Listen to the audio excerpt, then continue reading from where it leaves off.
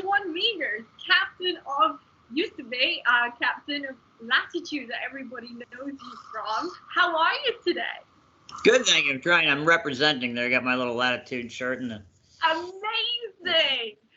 I mean, there's just so many memorabilia just hanging out there behind you that I'm intrigued. Whereabouts in the world are you? I'm sitting in my living room on Cape Cod right now. Fantastic. And you're enjoying the confinement? Well, there's worse places to be confined, but I'm getting a little antsy. I've been hiking. I've been behind my house. There's some trails. Yeah. And so I've been walking around those trails, and then I decided to I said, I wonder if I could do it at night. And so so past 4 nights, I've been going out in the dark and getting from A to B through all these different trails. Oh, wow. You see, back here in France, you're not allowed to do that. You get committed for crime if you went. Wonderful. Well, I'm so excited to have you back. Last time we spoke, we were at the Monaco Yacht Show, and it was a really busy time. And, you know, it's like you get 5 minutes, and it feels like a whole century's gone because you're trying to squeeze everything in. So, yes. So now I thought it'd be nice to have you back and to really delve into the topic now that everyone's sitting bored at home and maybe wanting to dream a little and get that adventure bug. Like I was talking to Cooks and Adventures the other day, and that was just amazing, the energy I got. And you're another one. You're like the epitome of adventurer, explorer, everything you want in one. I'm so intrigued. I want to know what makes the adventure DNA run in your blood. I think it really started from when I literally was like a baby. It was one time my mother left me in the living room, and I crawled out my front door and then out into the front yard and then into the street. Well, and then just was, and then so they literally had to like lock the doors when I was young because I would just go out and do stuff like that. And I always wanted to kind of know what was over that next hill or valley or whatever. It just I was always very curious of what was gonna come next. And that's like I did a talk, a couple different talks, one for VREPAC at Rethinks Night Out on like any vessel can be an expedition boat, and that's something that I truly believe. It's that you don't have to have. I mean, it makes it a whole lot easier if you have all the toys and everything, but that doesn't. It's not a precursor to having that spirit of adventure. I mean, like I was very fortunate to be on Latitude, which was a good boat, but it really wasn't designed for a lot of the things that we wanted that we did with it, like the Northwest Passage twice, punching up close to the North Pole. But everybody on board that boat, the owner, who was very adventurous, the crew that I had was a great adventurous crew. My mate Shelton, who's gone on to do luxury yacht films, my chief stewardess Haley, who was a pilot. I mean, on and on. I mean, like the crew that I had on that boat was exceptional, and I couldn't have done what I did without them. But we all shared that same spirit. I never had to convince anybody on board that boat of what we were trying to do. It was I just said, this is what we're gonna do, and they all said, oh, that sounds great. I never had to. They never thought. They never asked, why are we doing this? Because the answer was obvious. It's because it sounds like fun, and that's what I think you really need.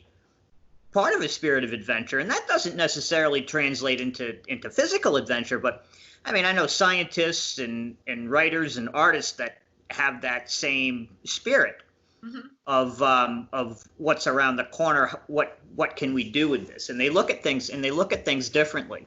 Right. So I guess the same thing that makes you a good adventurer would also make you a good artist or a good scientist as well. Would you say you have a bit of a creative streak in you, apart from the fact that yes, you're the commander of yachts of all types and sizes, but, you know, is it the person within that really makes that come out? Oh, yeah, no, I mean, I think creativity is a huge part of it. Like, I mean, right down to, like, I designed this logo. Oh, wow. This is this is our Latitude logo, and bonus points if you can tell me what it is. It's a bit small on my screen. Well, it's a little small, but essentially what that is, it's an astrolabe.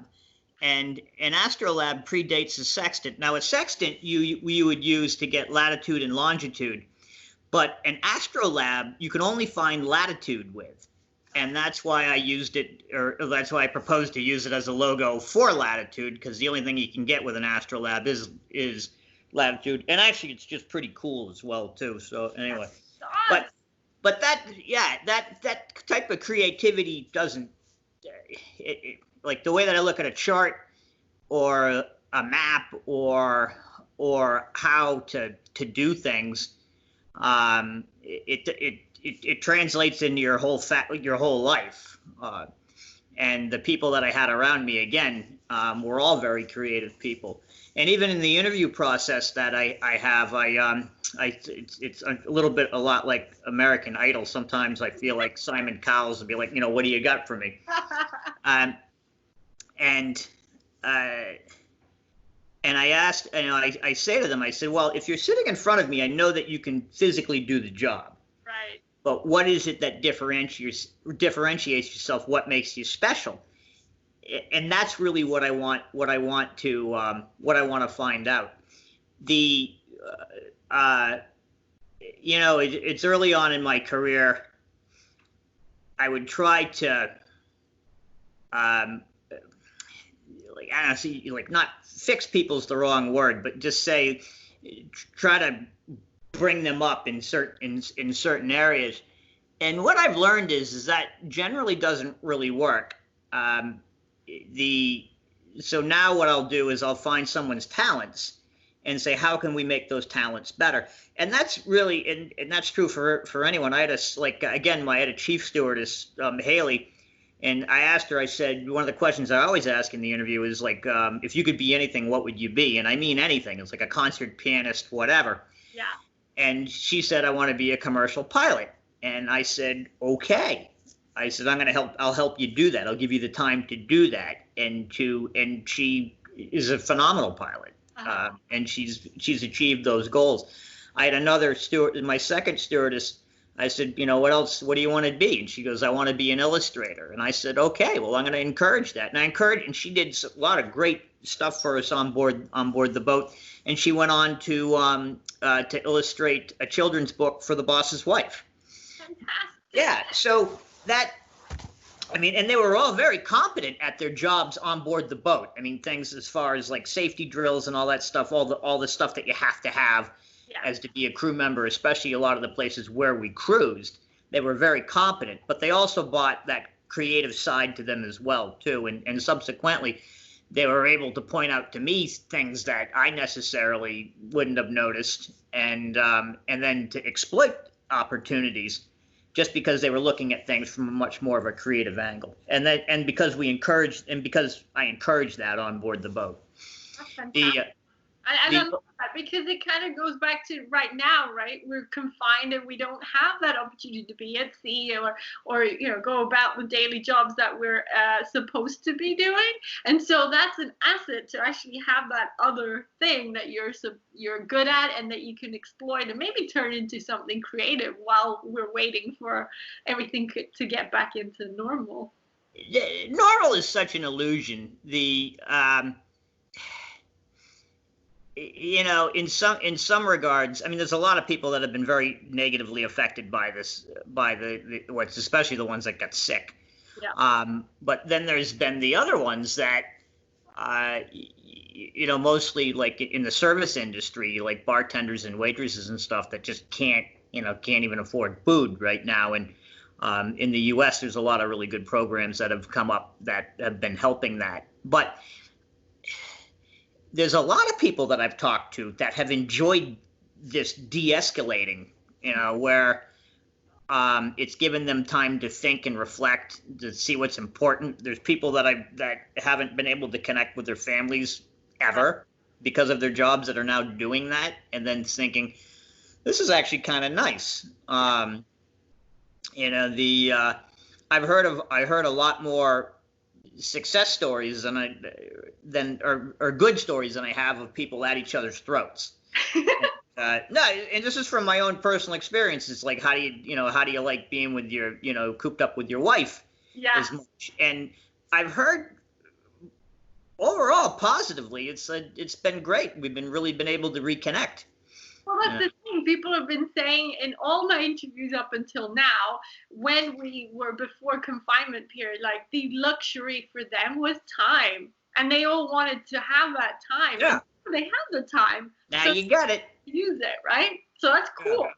But don't you just miss the travel because you're very much on the road? If you're not doing motivational talks, you're on the road photographing. You're also doing a lot of conservation work. How do you? Well, I've done a lot of that from here. I mean, I'm fortunate to live right on the water. I go out. I put my dry suit on. I go out and was kayaking. There's a bald eagle that lives on an island in one of these little lakes, and I've been trying to hunt him down. I found his nest, but I haven't seen him yet. And then there's people around the neighborhood will post pictures of him on social media. But that damn eagle keeps eluding me. But anyway, I found some swans I took pictures of. But again, you're just because you're confined. I mean, I'm fortunate to be able to go off and do that. But you're, I guess I just keep myself busy. It's like I've got a little workshop, and I was doing some projects in that. What else did I do? Oh, I rehung. I basically took this hallway that goes downstairs, and I made it my pop art hallway. So I had rehung some pictures. Anyway, so yeah, the answer to your question is I've been managed to keep busy. And I've managed to stay disciplined too, as well. It's like during the week, I make sure I get up at like at 7, and then I work out for like an hour. And then, like, I'll get on I've got business happening all over the world. So, unfortunately, none of that's making any money right now. But anyway, I still call them. Yeah. But I start calling Europe, and then East Coast, and then West Coast, and then people in Asia as well. So I'm actually, in some regards, getting a lot more work done than I've ever been able to get done. And I think also the fact that you, as a captain, you've got that discipline in you. You have to have that order and sequence going on. Otherwise, well, things aren't going to float, right? Well, that's true. I mean, a lot of times, every captain or anybody will just tell you they've been in their cabin going, I don't want to get up right now. I want to just hide in here for the day and just watch movies. And or cry or drink themselves into a stupor. But anyway, whatever floats your boat.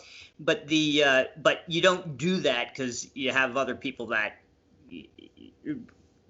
directly depend upon what you need to do, and you have to put on that good face. So and then the past couple it was interesting. It was yesterday was a grind. It was like I just didn't want to get out of bed, and it was like get out of bed, worked out, made some phone calls. I was looking forward to this, talking to you.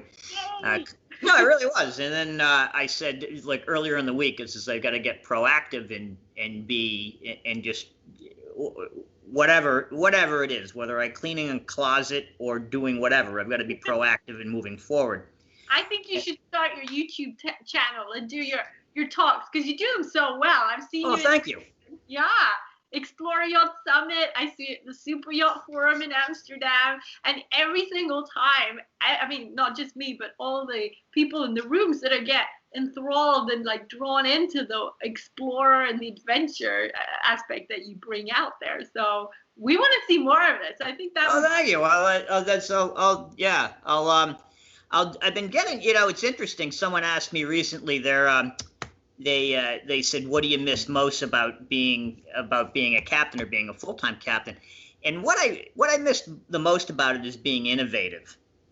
And like that was, and again, latitude allowed me to be incredibly innovative, not just with itineraries, how we did things, how we designed things on board during the refit. I was one of the designers during that as well too. I redesigned the top deck and everything. So that's the part that I really enjoyed. And I don't know why I just started talking about this when you said talking about a YouTube channel. Anyway, that would fall under the, okay, like how could I do something special and a little bit more innovative on YouTube? Funnily enough, when I work out in the morning, I watch different people on YouTube. I've been watching Simon Sinek lately, which is, have you ever watched him? No, but I will check it out. Check out Simon Sinek. He does a great TED Talk. It's actually as the distinction of he's done one of the most watched TED Talks or pretty close, but it's on not so much how we do things, but why we do things, and the why is much more important than the how. And his philosophy in a lot of respects is very aligned to mine. It's just like you've got to know, like why you're doing things. I think you should get a TED Talk opportunity. Honestly, this is the moment to get out there and talk. Yeah, I agree. I agree with you. Yeah. I've got watching. This is for you. I will. I had I had a couple of talks, like several talks scheduled over the past couple of months. Yeah. And of course, I wasn't able to do any of that. But I've got a bunch of irons in the fire right now. A lot of good stuff happening. I'm also working with a company called Engineered Fluids from California, and what is I'm their marine advisor on the marine advisory panel. And this is actually this talk we're talking about, it's all over the place, but anyway, it goes back into innovation, and this is more innovation in design. Yeah. And what this fluid is, it's a dielectric fluid, and a dielectric single phase fluid. Now, I didn't know what that was either when they first came to me, but it's a dielectric means that it's totally non-conductive.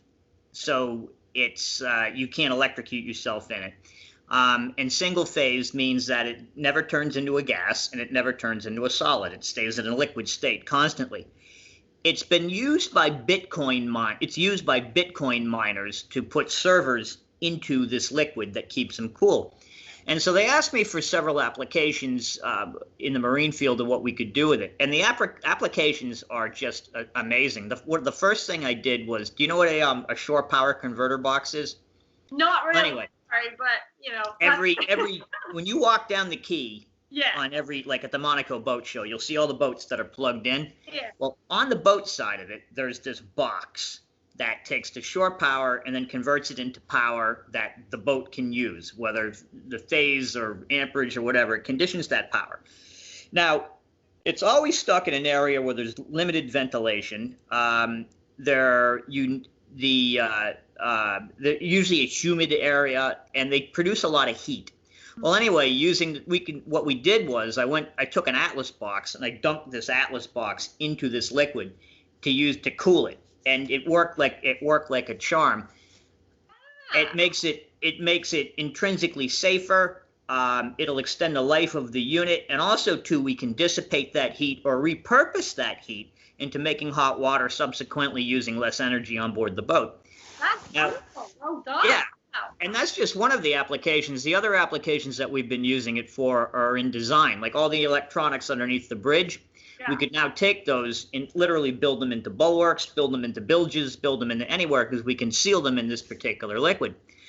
The other product that we just developed as well is this product called Submerged Deep. It's really good for the submarines and underwater camera and underwater light industry. And what it is, it's a dielectric fluid that has an optical clarity close to air and almost zero viscosity, so mechanical things can run in it. You can put electronics in, but now you could literally take your iPhone and you could dip it into this liquid, put it into a little fill it full of this liquid, and then bring it down to 30,000, 50,000 feet below the sea, because it would have no crush depth anymore. Incredible. So it's a fantastic pressure compensating fluid. So that's what some of the stuff that I'm doing in my spare time is working. You don't have spare time. You're totally always on the go. I mean, it's incredible. Every time I see you, there's something different going on. It's incredible. And that's why you get all these awards. Nota bene, look behind you. There's the Neptune, one of the 3, I guess, right? Or how many? Well, no, we were nominated. We won that one. Yeah. And then we got robbed for the second one. We were nominated for a Voyager Award, and then we were nominated for the Refit Award. So yeah. Yeah. So we've been to the dance 3 times and won once. So anyway. Well, I think what you're doing right now is far more impressive. I mean, of course, what you did was great, but I think the innovation stage of what can be done to transform yachts and to make them also more sustainable and all that kind of jazz is pretty cool. Well, that's the other thing that this stuff does too, is and thank you for bringing me back to that, was as far as cooling solar panels or or making batteries on board for hybrids safer. This stuff it's the special sauce. It really is.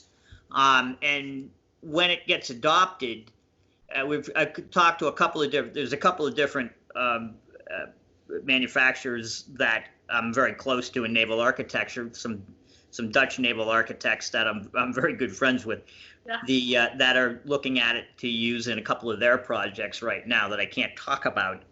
But when this stuff hits, it'll really be something. But it's a completely, I don't want to say new way of cooling stuff, because dielectric fluid cooling's been around for a while. But what's interesting about this particular product, it's that it's completely non-toxic and biodegradable. You can actually drink it, and that the factory, huh? Have you tried it? I did. It tastes awful, but the I did. I made a self-contained solar panel, battery, inverter, and light, and I put everything into the fluid. Wow. And then I took a power drill and just put it in there as well too, just so I wouldn't see if I wouldn't electrocute myself. And it didn't. It didn't electrocute. And when I put the drill in, it was halfway in. It splashed up in my mouth. That's how I got it in my mouth, and I know it doesn't kill you. And you're still alive, yes. And I'm still alive.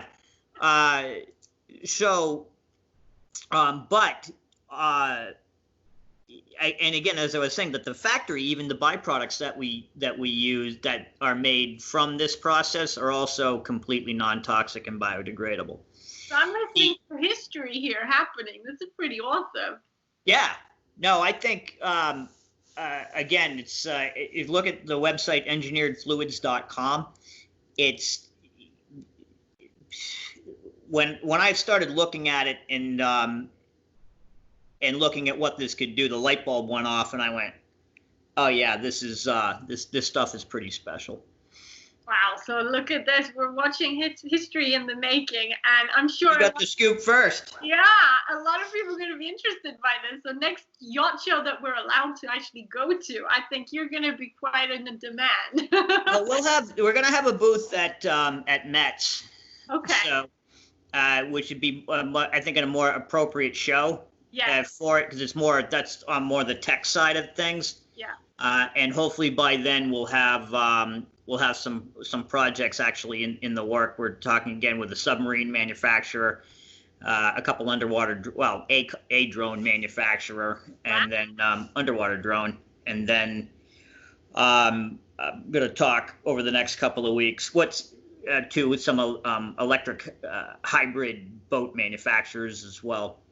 So instead of following in the footsteps of the likes of Amundsen when you did your Northwest Passage, you're actually going to be the innovator who's going to attract, and people will be following you. That's a pretty cool thing to have. Well, thank you, Natalia. I appreciate that. I never really thought, people say, it's like, why do you do what you do? It's just like, because it's fun, and it's gotta be fun. It just keeps me, it keeps me going. I think whatever I'm doing, whether it's a charter or a trip to the Northwest Passage or something that's involved in tech. If you're gonna do it, just try to A, have fun with it, and then B, just do it. And it just like the Nike thing, just do it. Just go for it. You need a here. Just do it. Yeah, really, yeah. I wrote this article on for the super yacht report. They asked me, it was on how safe is super yachting. And so I had to look at a bunch of statistics and stuff and everything. And intrinsically, I think super yachting is pretty safe. I think some of the crews are some of the finest crews out there. I think the guys that run really good programs run great programs. And the people that we're entrusted to protect depend upon us to keep it safe. So, but I had to back that up with a bunch of facts and stuff. Oh God, it was a painful article to write. Because it was just like, I intrinsically knew it, but it wasn't a fun article to write, So, and then I had to write something about chartering, and that one I banged out like 5 pages. That little 800-word column took me 2 weeks to write, and I had to write this 4-page thing for something else, which was fun, and it just flows, and that's what I find. I think about myself is when it's fun, it just flows. Yeah. And it's hard, but we all go through that, don't you? Yeah. I'm writing a book right now, and the beginning part is really not fun, but I like the process. I like just the verbal vomit on the paper. That's I can't wait to read it. Yes. Coming soon, I hope. Well, in this confinement, and given the time I have, I think. Is it your time as a Navy SEAL? I know you don't like to talk about that. No, come on, I can't even sit on a yacht. No, I can't. But no, I was the back office marketing PR person in the brokerage world. So no, this will be quite interesting. I have an 88-year-old typewriter who's my friend in this. So yeah, watch this space. I know. Looking forward to it. You'll get a signed copy. Yay. I know. Okay, cool. Wow, fantastic. So let me just the last question I wanted to ask you. I mean, it's so great having you on, and I'm sure we'll do plenty of more of these conversations down the line.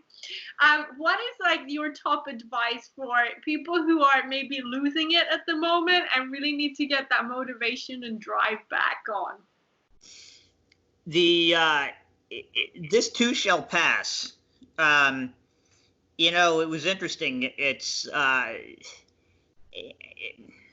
oftentimes I'm accused of shooting from the hip and looking like I'm a little more disorganized than I am. But I actually do, I do a lot of research on undertakings that I get involved with, and I do my homework as much as I hate doing it.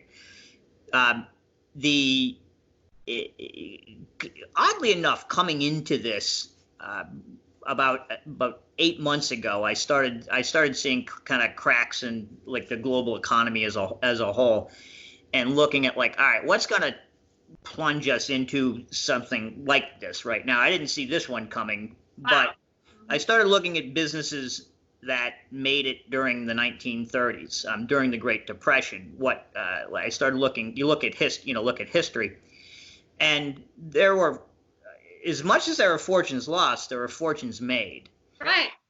There was, some great literature came out of that time, some great lessons. It unified. You look at the Roaring Twenties and how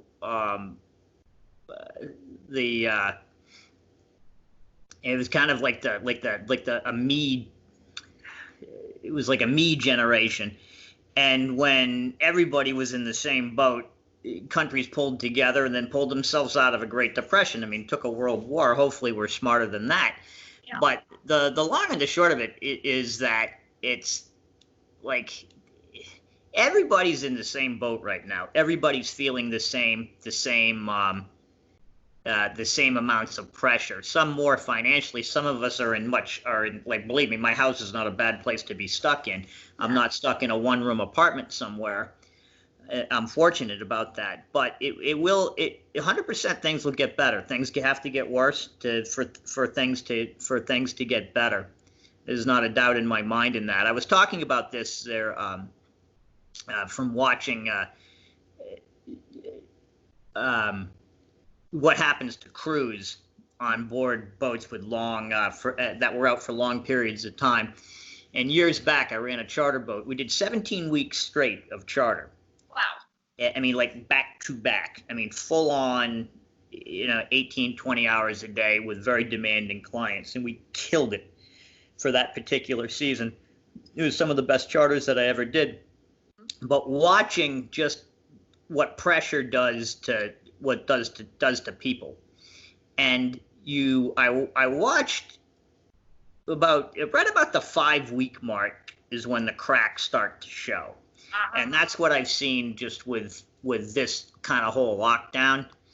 And then it deteriorates till about the 10-week mark. And then everybody starts to coast and gets into a whole new routine, and it's tiring. And when you're done, you never want to do it again. Right. But you're better for it.